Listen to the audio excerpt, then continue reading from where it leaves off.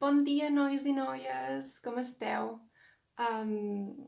Us faig un altre vídeo d'aquests diferents sense ser la ASMR perquè encara no som dissabte i encara no he pogut gaudir de l'ajuda del meu maridet, així que només s'ha d'esperar una miqueta, però estic molt contenta de fer un altre vídeo d'aquests i de poder-vos dir una mica el que ha passat durant tot aquest temps també, a part dels problemes tècnics que vaig tenir.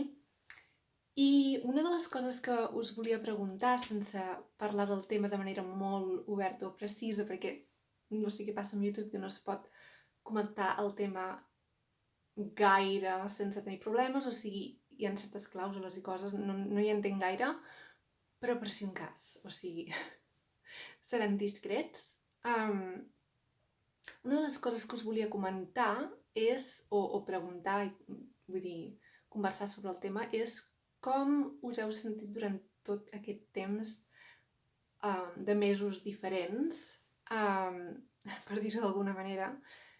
I la veritat és que jo, per mi, m'he descobert una faceta meva que no coneixia gens. O sigui, sempre m'havia pensat i sempre havia comentat en els meus vídeos anteriors, de fa mesos o anys, que jo em pensava que era una persona més aviat poc sociable, molt introvertida, que em pensava que no necessitava alimentar-me de les interaccions socials, o sigui que jo era més una persona que m'alimentava de mi mateixa, d'estar sola dibuixant, pintant, coses així, però m'he equivocat del tot.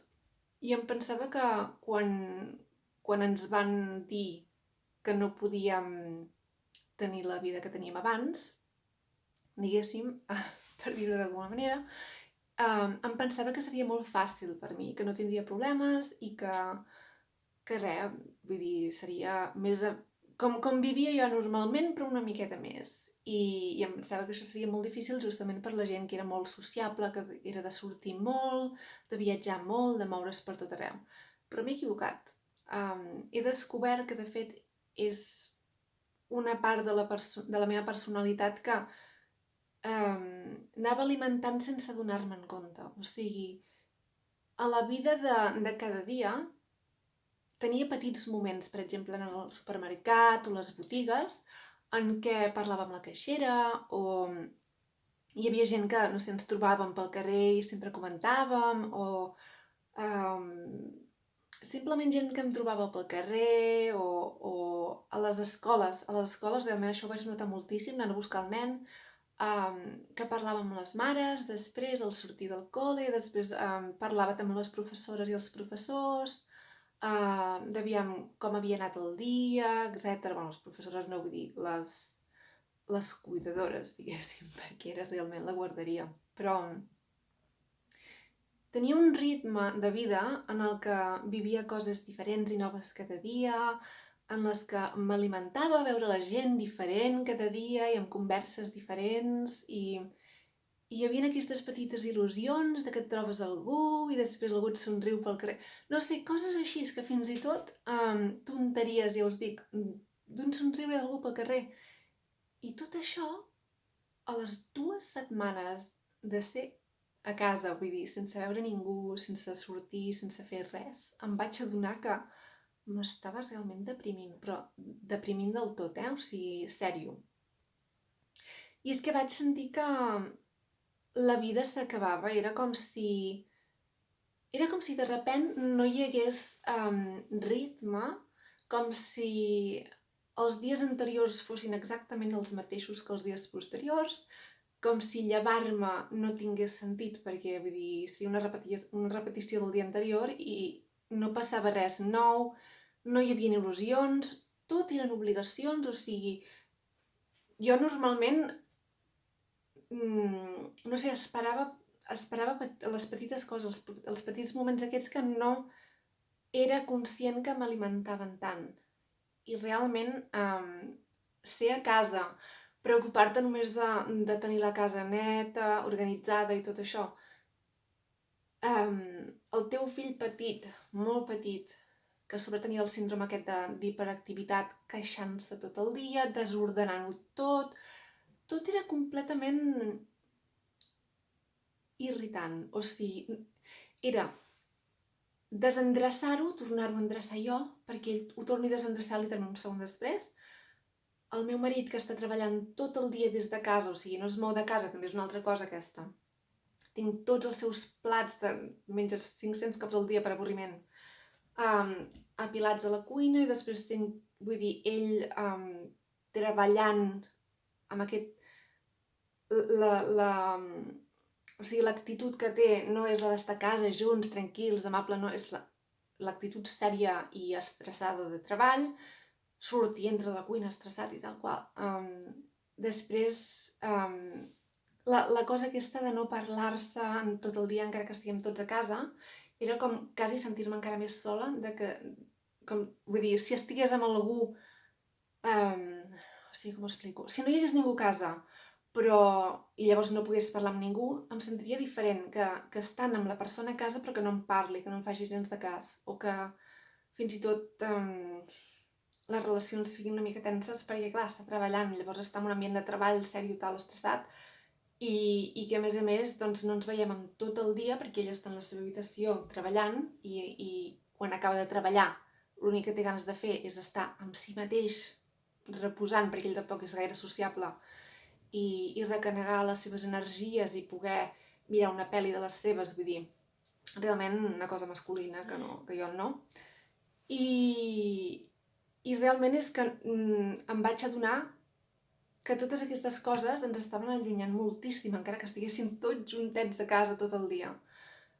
I llavors, clar, estàvem els dos o separats, gaudint de la nostra pròpia persona, o junts però sense estar junts. I era molt, molt depriment i molt isolant i molt, no sé, molt...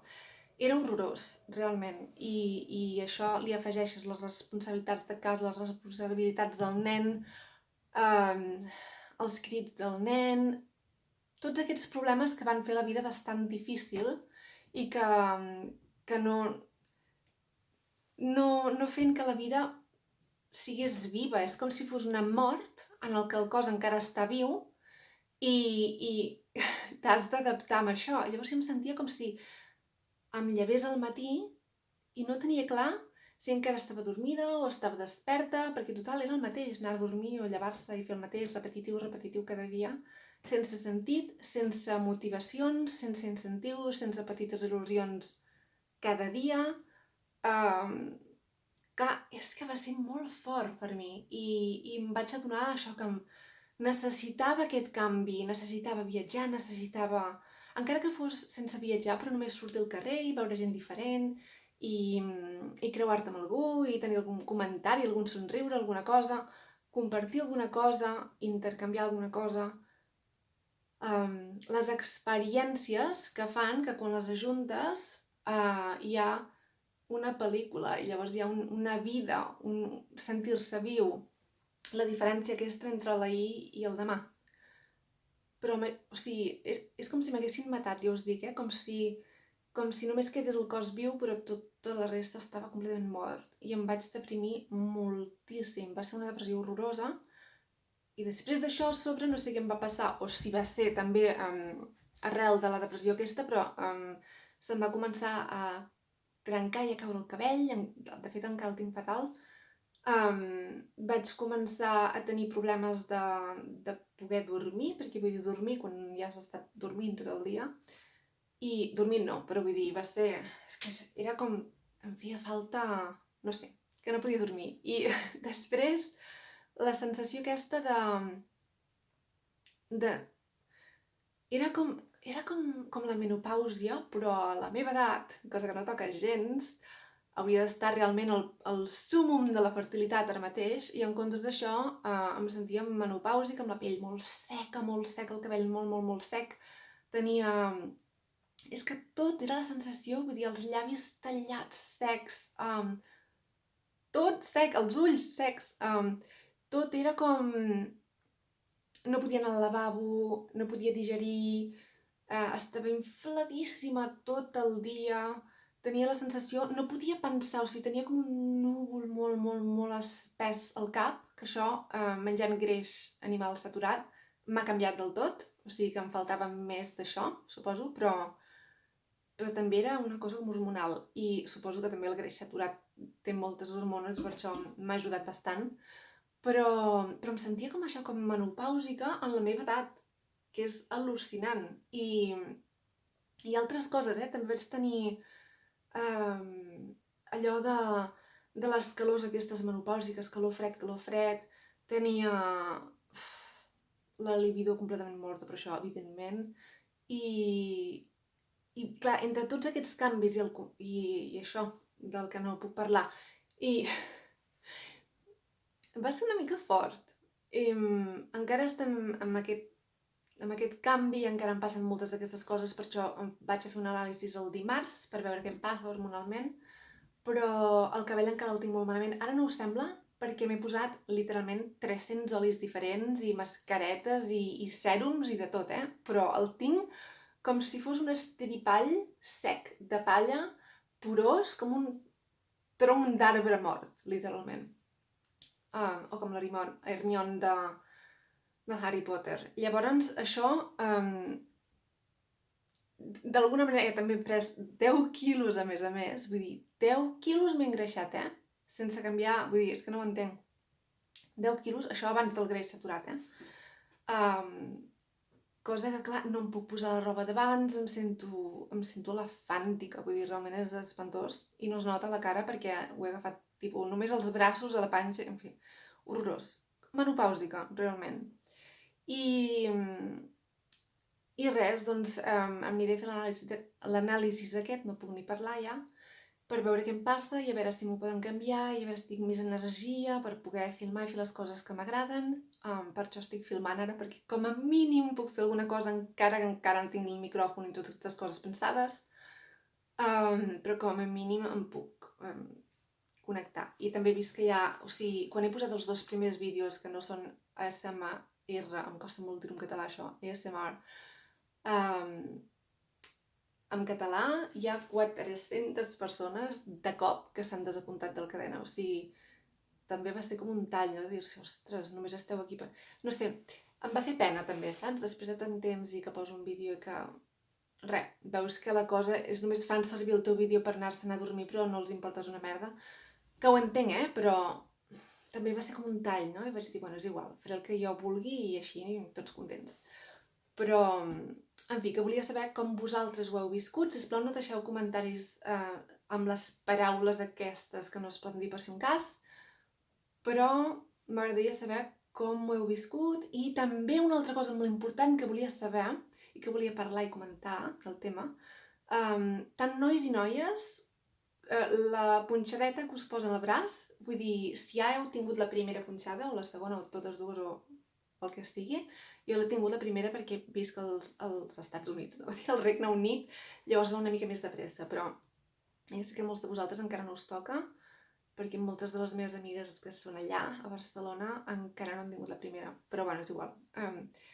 Per si hi hagués algú una mica més gran o que ha tingut l'avantatge de tenir-la abans, heu experimentat coses diferents, tipus les noies, coses menstruals diferents, els nois, no sé, canvis en la libido, o grans, o canvis energètics, o el cabell, o la pell, el que sigui diferent, perquè jo em vaig quedar flipant.